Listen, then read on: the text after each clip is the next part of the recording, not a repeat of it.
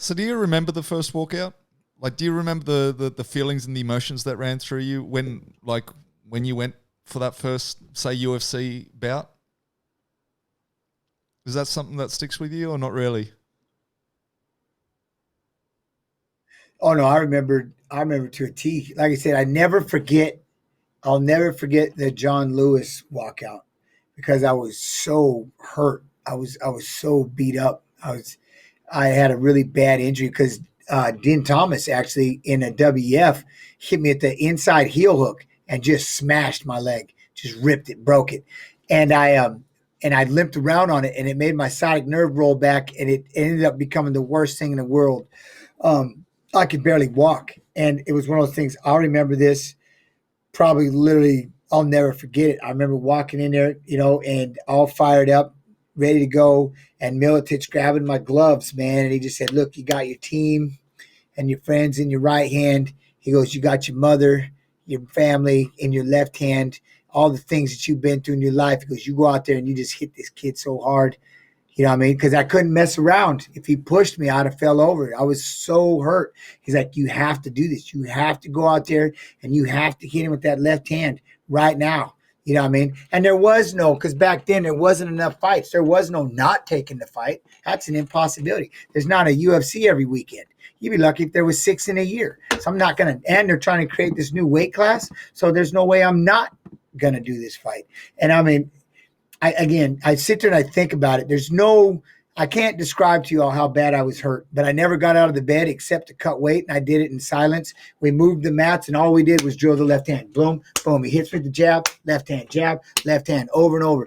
And then I went out there. I remember the conversation. I remember, that whole thing right there. It's kind of like I said in the documentary, take the plunge. It's literally like the deep breath. You're sitting back there, you're watching everything happen, you're hearing the crowd and everything like that, and it's like, no turning back now. You know what I mean? Just take the plunge. You go out that door. The crowd goes, you go through the curtain. The crowd's going crazy. The music's playing. You can't just not show up now. I mean, but there's a party like, oh, wait, do I got a sniffle? Am I sick?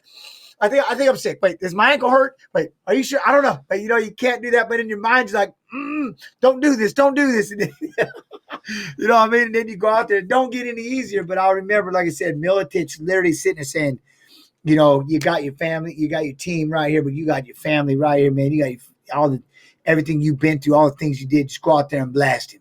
You know what I mean? And like I said, it's not to keep bringing up, with John, but that was, I'll never forget that because everybody was nervous in the locker room. Everybody was nervous because they knew how hurt I was. But no, it's like I refuse to have that quiet locker room. I can't stand a quiet locker room. Everybody's like sitting there. It's like, dude, I'm not going to the morgue. I'm not dying. You know what I'm saying? It's like, why do we got to sit here and be all quiet? And like, can't we laugh and have a good time? But all the work has been done. We've already trained for 3, 4, 5 months. There is no, if you're sitting in that locker room wishing you'd have ran a few more sprints or wishing you'd have did a few more push-ups or another round, you're in trouble. That means you're in a bad place and you shouldn't have been there in the first place. But if you literally know and you have that comfort, there's one thing I'll always know, and that's why I'm so adamant about conditioning, is I knew this. No matter what's about to happen, I'm literally in the best shape of my life. I pushed myself as hard as I possibly can. And even though the nerves are right there racing with the reality and nerve, you know what I mean? But you always have that comfort going, I did everything I can do. And as long as you have that, and that's the one thing, you know what I mean? So we have a good locker room, have fun, everybody hanging out. We're not going to a funeral, for crying out loud. Let's do this. And off we go. And that's what I'm saying is I loved having Matt Hughes, Jeremy Horn, Militich, all my MFS crew, Fricklin, I love him to death, Medina, I'm going to start leaving out names, Big Tim Sylvia, and all of my MFS crew. Jeremy Horn, having all those people with me, man, that's my family. And I just want to sit there and have fun. My baby brother Abel, who was with me from the first fight I did in Boise to the end of my career, And every time you just get everybody, you get out there and it's like, all right, man, you give everybody a hug. And then again, the part that I love the most, it's you.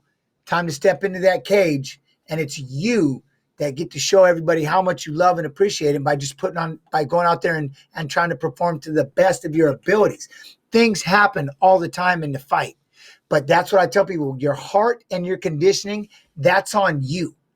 And as long as you went out there and your heart was in the right place and your conditioning was through the roof, there is no losing.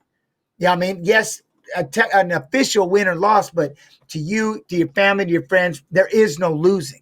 And that's the thing, right? And so that's the one you just kind of bail on. But I'll never forget that throughout my career when it's just time to go and everybody's sitting there and then, you know what I mean? And again, the other thing that's really addicting too is, and not addicting at the same token, is when you lose. Like I said, the first thing you're doing is, I'm not crying to myself, I lost.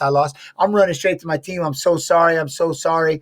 I'm running to my family. I'm so sorry. I'm running to everybody in a little evil shirt. Oh my God, I'm so sorry. I'm so sorry. But never did I think, oh, I feel bad for myself. Poor me, poor me. That's an impossibility. But at the same token, when you get that win, all of a sudden, like I said, in that John Lewis fight, I went from being really crippled and I get teary-eyed when I still watch it. And right after I won, I'm up in the crowd, and I'm all of a sudden, and I cry all the time when I say it, but the pain was gone.